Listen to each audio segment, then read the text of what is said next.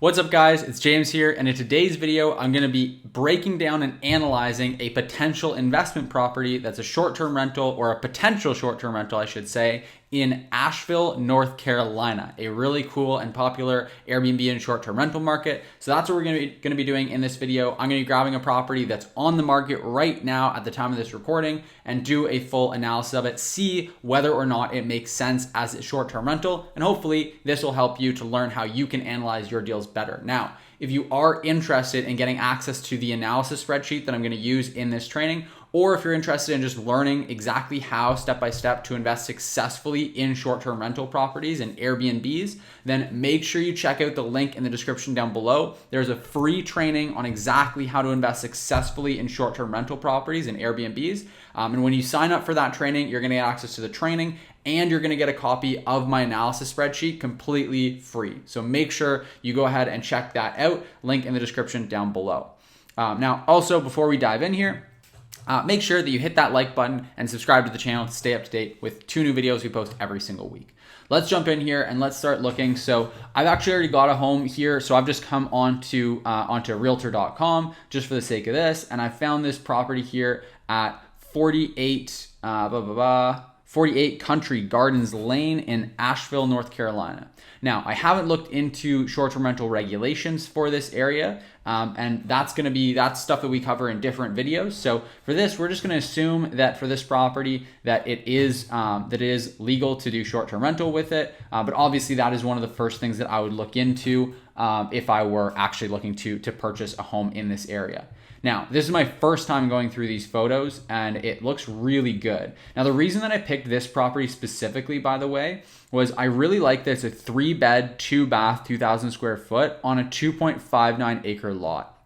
These stats to me made it really interesting because I'm looking at it going, okay, there's 3 beds, 2 baths. That means I can easily accommodate 6, maybe 8 people. It's 2,000 square feet. That's plenty of space for everyone. And then there's a 2.5 acre lot. That means I can probably put a geodesic dome. And I know that in Asheville specifically, there's lots of geodesic domes on Airbnb that do really, really well. Like 30, 50, I've even seen some doing $100,000 a year. And so if I can put an auxiliary dwelling unit of some sort on the property and boost my occupancy up, instead of having it be a 6-person occupancy, have it be an 8-person occupancy, that's going to be awesome. Because the 2 bathrooms, I generally don't like to put more than 5 people to a bathroom. So I can occupy up to 10 people comfortably, I would say, at this property, assuming that the rest of the home will permit it. So if I can find the sleeping accommodations for those people in something like a geodesic dome, that could be really, really cool. So let's just look through it here. And I'm just going to go, yeah, like everything looks pretty good. I wouldn't do any major renovations so far. I really like white for walls, just so that we can add decor and have it like match really well. And we don't have to worry about matching our furnishing and decor to the walls too much. But honestly, it's pretty nice in here. I don't mind the blue. And I think it's so open concept that I think for some reason that just makes it so I don't mind it as much. Yeah, so overall, the really nice bathroom in here. We've got a nice soaker tub, so that's really cool. I probably wouldn't bother repainting this just because it looks good enough. I might repaint this bedroom and redo the flooring in here, so we've got some nice hard flooring. Tough to know whether this is carpeting in here. It just blows me away that some people do put carpeting in their bathrooms. This to me looks like, what do we got here? I want to count the bedrooms as we go. So we've got office space here. We've got 1 bedroom with the carpeting. We've got a 2nd bedroom, it looks like here. And then we've got the 3rd bedroom somewhere in there as well. And it looks like, so there's a nice big laneway coming in here. You could pretty easily put a geodesic dome here, which is nice. I also love that there's no neighbors right close by. So noise shouldn't really be a big issue. Outside, it's got some good outdoor space as well. So that's worth noting. Yeah, 1, 2, I'm not sure where the 3rd bedroom is. Maybe this is the 3rd bedroom. So overall, just for the, here's the 3rd bedroom right here. Okay, and then yeah, like a nice big living area. Okay, this is that workstation. So yeah, this is gonna be a really great property, I'm thinking. So, but obviously the numbers are gonna tell us. So what we wanna do here is pull up the short-term rental calculator. I'm just gonna label it here for 48 Country Gardens Lane, Asheville, North Carolina. Oh, if I can get it. No, won't let me. So I'll just do 48 country. 48 country gardens. Cool. So now let's put it in. Let's just assume that we were getting it for purchase price. It's always worth looking to see how long the property has been listed for. I actually don't know where to grab that on realtor.com because I'm used to looking at realtor.ca, but somewhere in here, it'll tell you how long the property's actually been listed on the market for. Let's see. Yeah, so it was listed on the 14th, so it's only been on there for a day. So yeah, I'm going to say let's just assume that we could get it for asking price right now. Obviously, I'd need to talk to the agent to get a better idea of what it would actually go for. But let's just assume for right now that we could get this for $384,900. So let's put in $384,900. Then we've got the closing costs, which are going to auto calculate there. A home inspection, $500. I think that's really reasonable. Furnishing, I'm just going to go over to this tab and we're going to say, let's do two bedrooms queen, one bedroom with two twins. We'll do one living room, one dining room, one kitchen, two bathrooms, miscellaneous.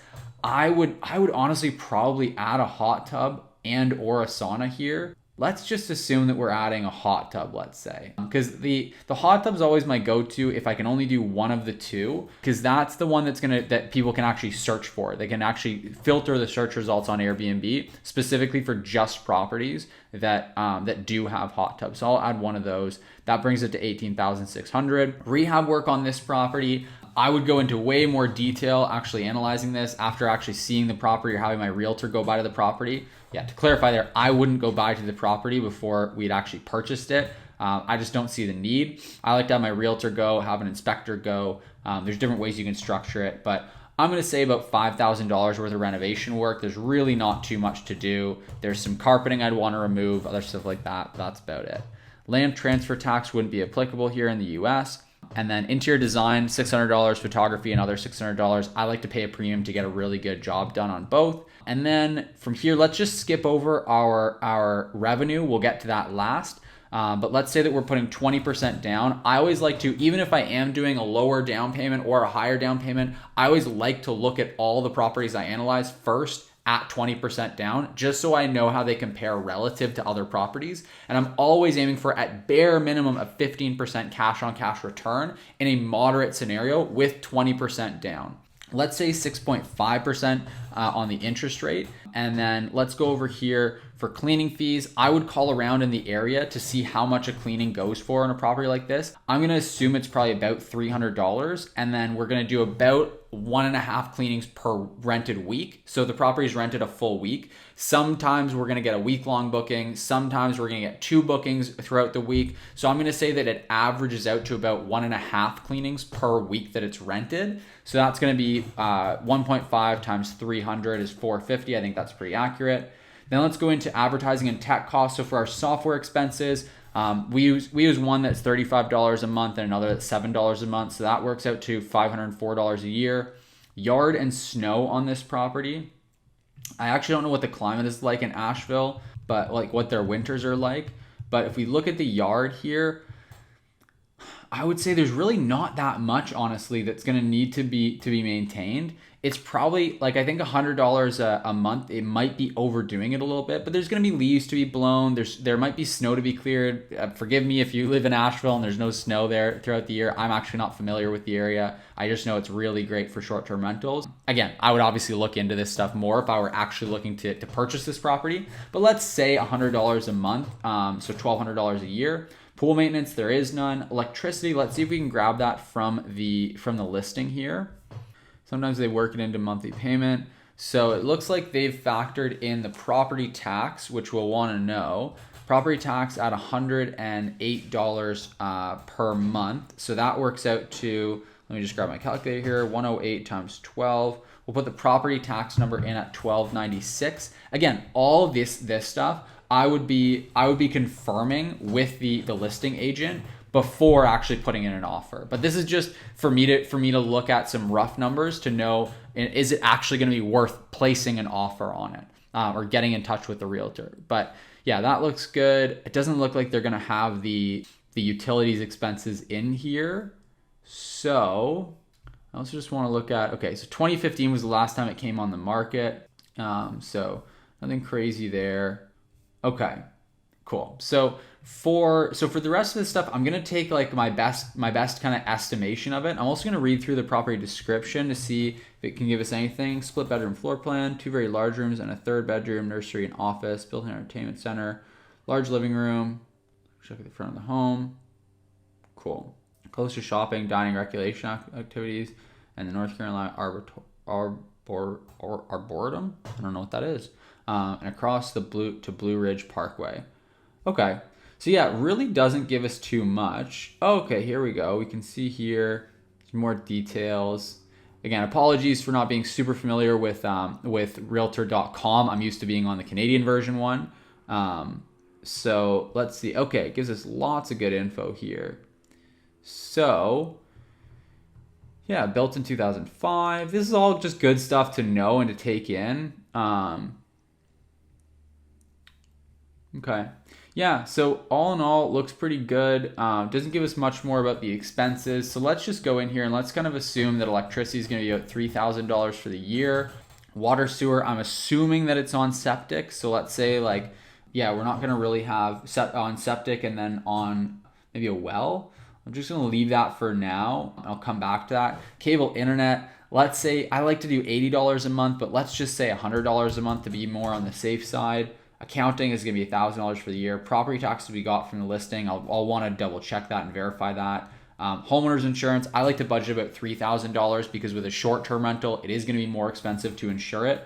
Not going to be any HOA dues, anything like that. And then we're just going to have our maintenance reserve. So that's that. Now, from here, I would, like I said, I really want to confirm and clarify, just to kind of reiterate here, that I would definitely be confirming all these numbers with the listing agent, or have my buyer's agent confirm that stuff with the listing agent so I can get accurate numbers before actually going firm on the property. But this is going to be sufficient for just getting a good idea of how the property is going to perform. Now, obviously, if you want to put in a management commission here as well, you could put in a management commission if you're hiring a property management company. We would be doing it internally because we've kind of built out our own internal management team, and that works really, really well, because especially when you start having multiple properties, if you have 5 properties that each do $100,000 a year in gross revenue, that means that you, at a 20% management fee, are paying $100,000 a year in property management expenses. So from our experience, you can set up your own property management to operate in-house without you being involved for a fraction of that. We're talking like $20,000, $30,000, $40,000. So you can really save money on that. Honestly, I don't even think ours costs us $20, the way that we've got it set up now that it's all really dialed in between software, our property management. But it does take more work initially. So if you don't want to put in the legwork early on, obviously it's not for everyone. And so yeah, you can put in your 20% management commission there, or whatever it is in the market. Now the big question is just going to be the revenue side of things. So let's jump over to AirDNA here. And let's look through the revenue. So the first thing I want to do is look at averages. I'm not factoring in here adding a geodesic dome. So for right now, I just want to look at the actual property itself. And then the adding a geodesic dome, things like that, are really icing on the cake. So, and I think it's going to do really well. I haven't looked at the numbers specifically enough, so it'll be really interesting for me as well to see just how well this property could potentially do. But let's say that it's a 3-bedroom that can accommodate 6 to 8 people, right? It's got 2 bathrooms. We could put a pull-out couch without doing the geodesic dome. So let's just keep it there. There's 328 active listings in the area, so that's really good. That means that we've got a statistically significant data set to go off of. We're not just going off of a couple listings in the area, so that's really promising. Now I'm going to use Air Export if it'll cooperate with me to just pull the numbers. But if you don't, you can download the Air Export Chrome extension if you'd like and use it.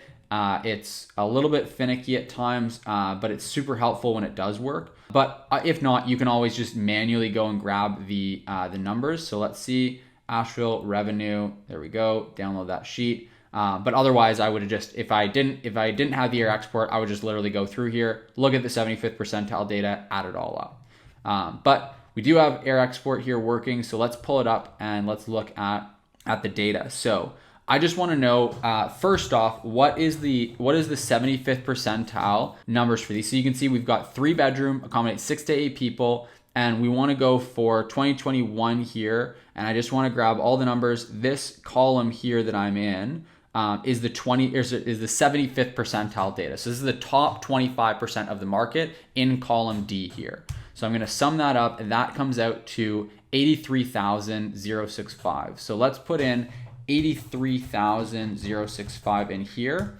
And then we want to look at the projected occupancy rate as well, is going to be another important one, because if the occupancy rate is higher, that means we're going to have more cleaning expenses. If the occupancy rate is lower, that means we have lower cleaning. So let's go ahead and grab the same, but we'll just do occupancy for 3-bedroom, accommodates, let's say 6 to 8 people.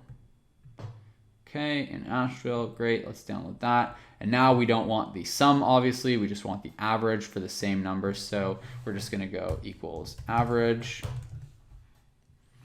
of the 2021 numbers for, there we go. So 86.3%. So what I want you to do is watch this number here when I change this. So when I increase the projected occupancy rate, you'll see this 17,550 is gonna jump up. So we're gonna put it to 86.3. Let's just do 87 to be a little bit more conservative. So you can see that jumps up $3,000, right? So that's really important that we get this number accurate. The average nightly rate, I don't really care about, because average nightly rate is not actually a really useful thing at this stage of the analysis. And that's the challenging thing, is that a lot of people rely purely on that average nightly rate to try to calculate their revenues. I'd much rather look at the whole picture of how much revenue does a property bring in and look at the occupancy rate. Let the average nightly rate work out to whatever it works out to, because it's not what's really going to happen, right? What's really going to happen is you're not just going to price your property at $262 a night every single night of the year. You're going to price it differently in the low season versus the high season versus the mid season, during the weekends, during the weekdays. So it's not really a practical number to use right now in our calculation.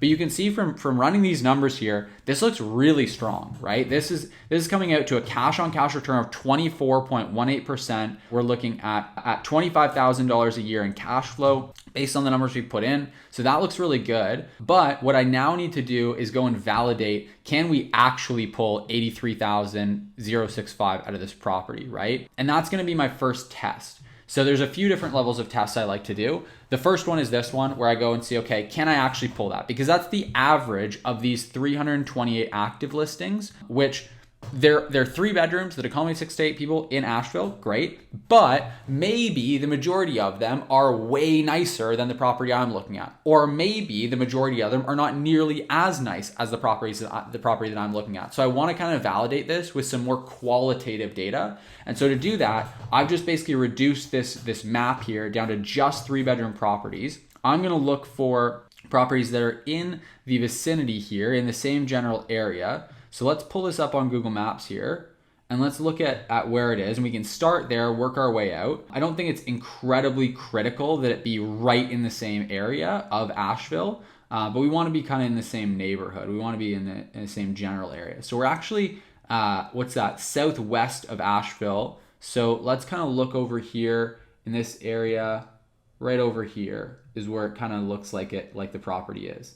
So let's see, what I want to know is, let's try to find some properties that are similar. So here's one right here, really good looking. So normally I wouldn't care for this one because it was only available for 244 days out of the year. But because of the fact that in those 244 days, it brought in $86,000 in revenue, I'm actually interested, because if this one is really similar to the one that I'm looking at and it brought in $86,000 in revenue in just 244 days, good chance I can bring in 83 over the whole year if they're really similar. Now, what I don't like doing is seeing if this number showed 50,000, let's say, then trying to extrapolate and say, oh, well, if it did $50,000 in 244 days of the year, then good chances are if it was available all year, it could have hit 80. Really tough to make that call because you don't know which 244 days out of the year it was available for. Maybe it was only up in the high season and the days it wasn't available were low season days. So that's something I don't like to do. But this one, let's kind of look through here.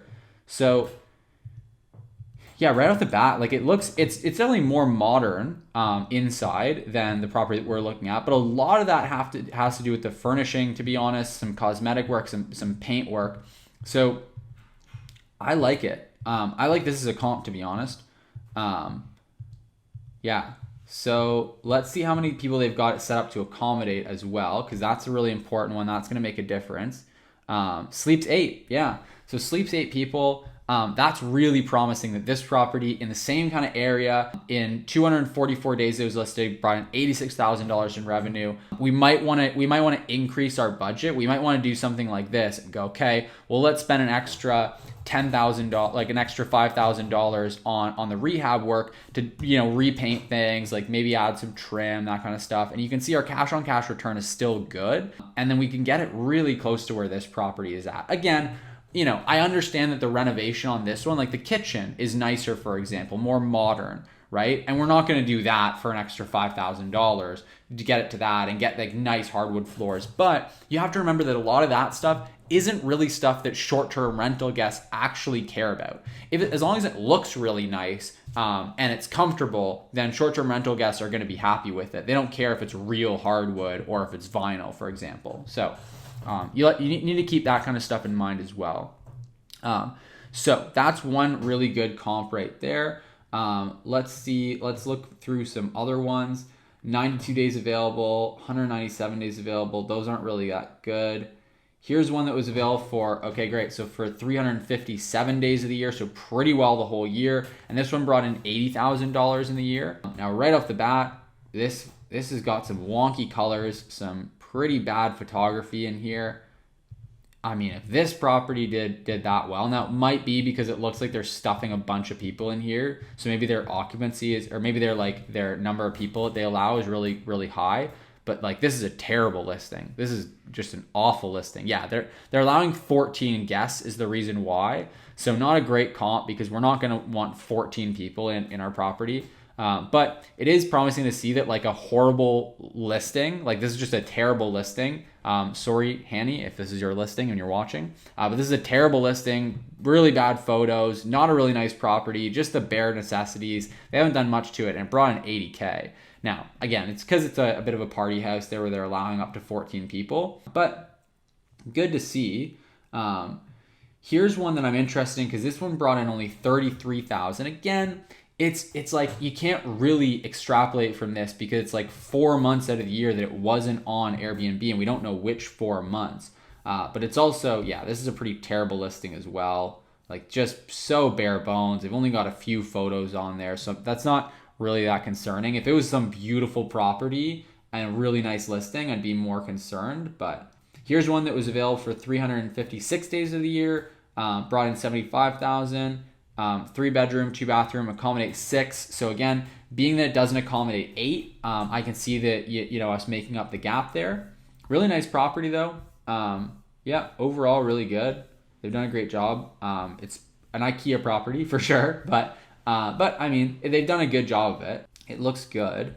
Yeah, so that's good. That's good to see. That one did right around 75,000. You can see this one, your backyard pool oasis. This one did 68,000. So I might be a little bit concerned with that. Like this property looks like it's a pretty nice property that only did 68,000. But again, like there's definitely room for improvement on a lot of people's just listing strategy. So I'd probably run the numbers here on like 68,000, see how it would look there. But what I really want to look more at is going to be 50th percentile data. So let's just assume that we keep the high occupancy rate, the expenses stay high, but let's just say that we only perform at the 50th percentile data for 2021, and let's see how that looks as sort of a more negative scenario.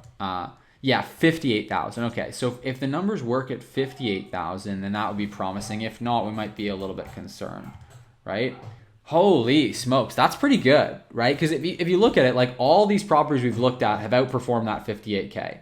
The bottom half of the market, like the top half of the market, the 50th percentile of the market in 2021 did 58,000. And this property is still above break even at that, right? And with a high occupancy rate. That's with an 87% occupancy rate. If we drop this down to something more realistic, like let's see what would actually be realistic. Let's not guess at it. Let's just add up or average out rather the 50th percentile occupancy rates for 2021, see what those sat at. So that's 70%. So if we drop this down to 70%, then we're still on a 5% cash on cash. Like that's pretty darn good. yeah, like I think that's really interesting. So now I also want to look back and do a bit more of a historical analysis. So like let's go back into 2020 and see how the 75th percentile numbers did in 2020. If it's been a big jump up or a big drop down.